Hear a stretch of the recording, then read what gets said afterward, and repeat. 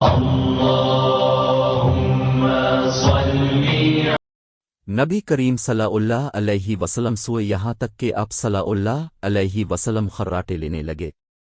پھر آپ صلی اللہ علیہ وسلم نے نماز پڑھی اور کبھی راوی نے یوں کہا کہ آپ صلی اللہ علیہ وسلم لیٹ گئے، پھر خراٹے لینے لگے، پھر آپ صلی اللہ علیہ وسلم کھڑے ہوئے، اس کے بعد نماز پڑھی۔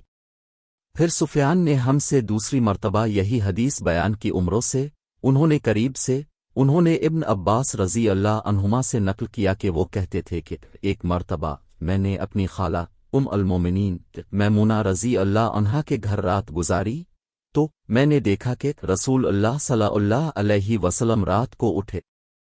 جب تھوڑی رات باقی رہ گئی تو آپ صلی اللہ علیہ وسلم نے اٹھ کر ایک لٹکے ہوئے مشکیزے سے ہلکا سا وضو کیا۔ عمرو اس کا ہلکا پن اور معمولی ہونا بیان کرتے تھے، اور آپ کھڑے ہو کر نماز پڑھنے لگے تو میں نے بھی اسی طرح وضو کیا جس طرح آپ صلی اللہ علیہ وسلم نے کیا تھا۔ پھر آ کر آپ کے بائیں طرف کھڑا ہو گیا، اور کبھی سفیان نے انصارے کی بجائے این شمالے کا لفظ کہا، مطلب دونوں کا ایک ہی ہے۔ پھر آپ صلی اللہ علیہ وسلم نے مجھے پھیر لیا اور اپنی داہنی جانب کر لیا، پھر نماز پڑھی جس قدر اللہ کو منظور تھا، پھر آپ لیٹ گئے اور سو گئے حتیٰ کہ خراٹوں کی آواز آنے لگی۔ پھر آپ کی خدمت میں مؤذن حاضر ہوا اور اس نے آپ کو نماز کی اطلاع دی۔ آپ صلی اللہ علیہ وسلم اس کے ساتھ نماز کے لیے تشریف لے گئے، پھر آپ نے نماز پڑھی اور وضو نہیں کیا۔